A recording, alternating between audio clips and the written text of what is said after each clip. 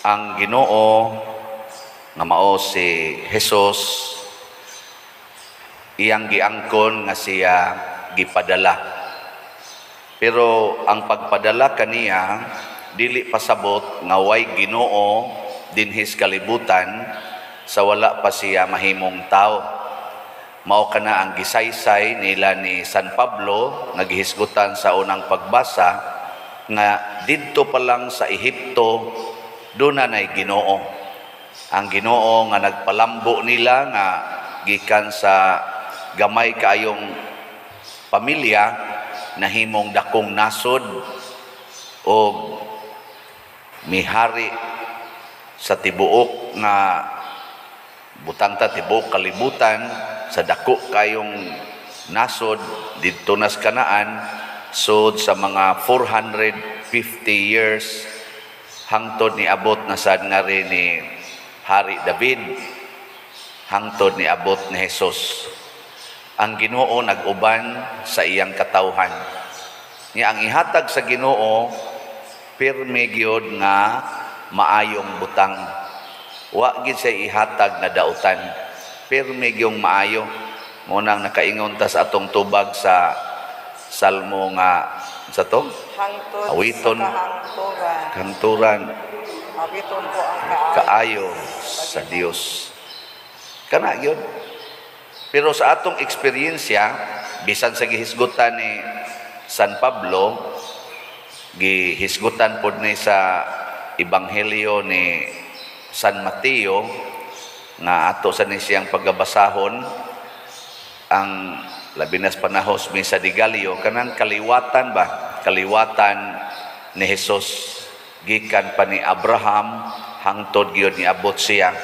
Daghan kaayong mga kasakit nga nahitabo sa history sa kinabuhi sa katawhan sa Dios.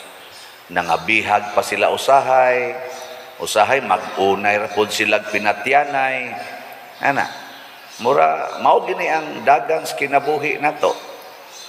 Karon si Jesus pag-abot na niya, iyang gipakita nga kining mga kasakit sa kalibutan aron malikayan og mahimog yung permanenteng maayo, ni pakita siya usa ka buluhaton. Unsa maning buhata? Ang paghigugmaay, ang pag-alagaray. Mao nang nihugas siya sa tiil sa iyang mga tinunan. Nakasuway na mo mga asawa nga nihugas mo sa tiil sa inyong bana. Ha? Mo kasuway? Kuha na lang. Kamong mga bana, nakasuway mo nga ang tiil sa inyong asawa, inyong gihugasan. Kanang dili paralyzed nga asawa ba? Kanang tarong pagyod kayo nga asawa ba? Nang kanang paralyzed, hugasan nga manginani mo, kaya di na nakalihok. Pero kana bang tarong pagyod kayo? Kanang muhugas kag tiil, sa kulturas mga Hudiyo, ulipon ka. Maunay buhat sa ulipon, muhugas sa tiil siyang agalon, inigdayong sulod sa balay, kay hugaw man ang tiil. Hugasan, ulipon. Sa ato pa si Kristo di ay, iyang gipasabot nga ang Ginoo nagpakaulipon sa tao. Ninduta, no? Awa mo ninduti, ana. Sinangga? Siya gahimo na to. Unya, magpaulipon siya.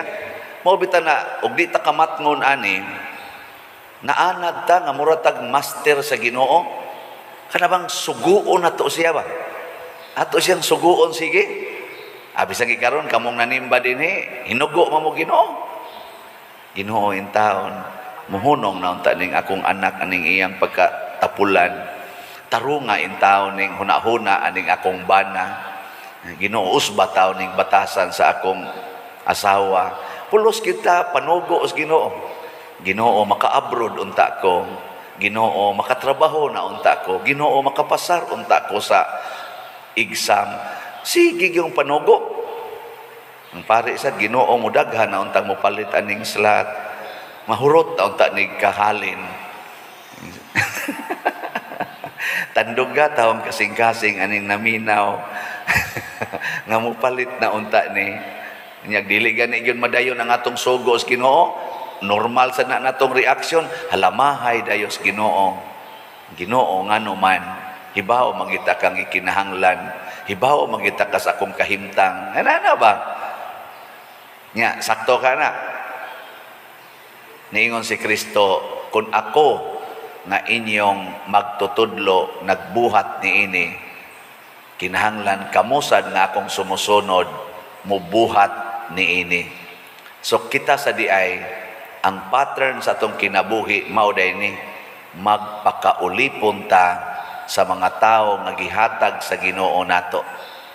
Pasabot magsigitag higugma, magsigitag alagad sa atong isig katawo. Munang dunay sugo si Kristo nga niingon siya, love God with all your heart, with all your soul, with all your mind, with all your strength, and love your fellow men or your neighbors as yourself. Pasabot ana, ang ato ng kaugalingon dili na ta concern. Ang ato ng concern nga ang atong isig katawo maunay atong atimanon kay mura na magsila ang atong kaugalingon. Paragod na ako dinhi isip pare. Concern pa ko sa akong kaugalingon ug asa kog kwarta, pila nay ako rong kwarta, pilay akong napalit nga mga yuta, pilay akong napalit nga mga sakyanan, pila nay akong deposito sa bangko. Wa ko'y concern ana. Nga ko rong concern sabayan. Pila na'y kwartas parokya, unsa pa'y mga proyektos parokya, unsaon pag-atiman ang mga parokyano. Ana, kaya nga naman, og ako ning buhaton, nga magsigi ko hunahuna kayuhan sa parokya, maapil man ko, kay ni aman ko sa parokya. Nakakuha mo? Karon, dito sa inyong balay, concern mo sa inyong tugkaran o sa tugkaran sa inyong silingan? Ay may inyong giatiman ang tugkaran sa inyong silingan o ang inyo? Ay, kasagaran na to ang ato ragyod. Ako ni mauna mag-away. Nya inig-away na apektado ka sa away. Kakuha mo? Gusto kag kaluwasan, gusto tag kaayuhan, haron makaawit tas kaayos Ginoo, sunda ang iyang pulong. Sunda ba? Higugmaa ang imong silingan samas imong kaugalingon. Adi magsige nakagtan-aw sa imong silingan, gamay mo din siya agianan. Oy, ako ning padak-an, tabasan ko ning jutay ang among yuta, haron duna na siya agianan. Oh, kanindot ana. Ang imo sang silingan maghuna-huna pud nimo, buutan ni akong silingan da. Nya mura man ni og kana ganing wa man ni ma siminto ila agianan kay perti man ni lapuka. Aha, ako ning simintohon. Abot man toron akong bonus, akong ipasiminto ani. La kanindot ana no? Man gid mo tayo ko ani. Si Kristo nagtudlo ani. Nga naman, kita manggong tao, di ta tudluan, di sad ta mga usab. Di ta mga usab. Nya ikaduha, ang gusto sa Ginoo nga mausab ta. Di ta magpabili na ning atong kinaiya nga ingon ana ra gyud. Ana bitang gitawag na tong i-box ba? I-box na to ang tao na ingon ana man gina, kawatan gina sila. Inana man gina mga politicians, mangawat man gina sila. Ingon ana man gina mga pare, may lang na sulti, wa man nasbuhat. Ayaw sa tawag i-box oy. Anang naay kahigayunan basta pasudlon lang ang Ginoo. Ana man gina akong bana, mga bit man gina siya, plahubog man gina ang animal, may ratag matay na yun, kapahuway na tani. Ayaw i-box, mausab ra na, sige hilang yung alagad o, sige higugma. Maunay gitawag og the power of love. God is love, and His power musod nato pinaagi sa iyang pag-alagad. Testingi ragod ninyo. Kini ako naman yung natestingan din sa atong parokya. Kanang tao nga imong alagaran, unsay mo sunod mahitabo? Magkaaway mo o masuod? Suod. Na, automatic inyong tubag, masuod. Niyang magkasuod na mo, magtinabangay mo o mag-iyahay? Tubag. Tinabangay. O niyang magtinabangay na, mulambo o mahugno? May man kayo mong mo-analyze. Mauna, sayo na gyuday kayo. Sugod kita sa pag-alagaray o paghigugmaay.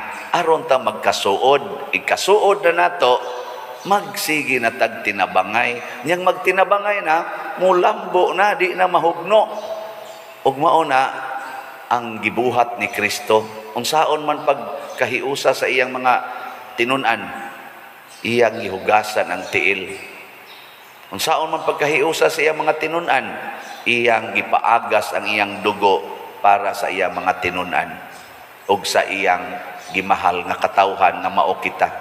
Mao bitang niabot ng pagtulunan nga Kristiyanos dinhi sa ato sa Pilipinas tungod man na sa mga tao nga andam mo alagad ug musabwag sa mensahe sa Ginoo nga pag-alagaray, paghigugmaay kay mao ni ang tinuod nga kaluwasan. Basta motuo tas Ginoo. Si David nagihisgutan dinhi nga buotang sulugoon, magbalantay rag karnero, nahimong magbalantay sa dakong nasod sa Israel. Tungod sa iyang paghatag siyang kaugalingon, pagrisgo siyang kaugalingon nga miatubang siya atong gulayat nga nakigsangka siya ato nga way ko kahadlok para sa Ginoo. Gihimo sa Ginoo si David gikan sa pagkamagbalantay sa karnero, nahimo nang magbalantay sa nasod. Akos una didto kos amo, ang ako rang gibantayan katurang among KYO, Kahugan Youth Organization. Motoy akong first gyud nga organization. Mga 20-30 mi kabuok ato. Karon nagbantay nako og usa ka parokya nga appeal pass online parishioners moabot na og minilyon. Di ba? Mura mamugwa malipay. Sige na eh.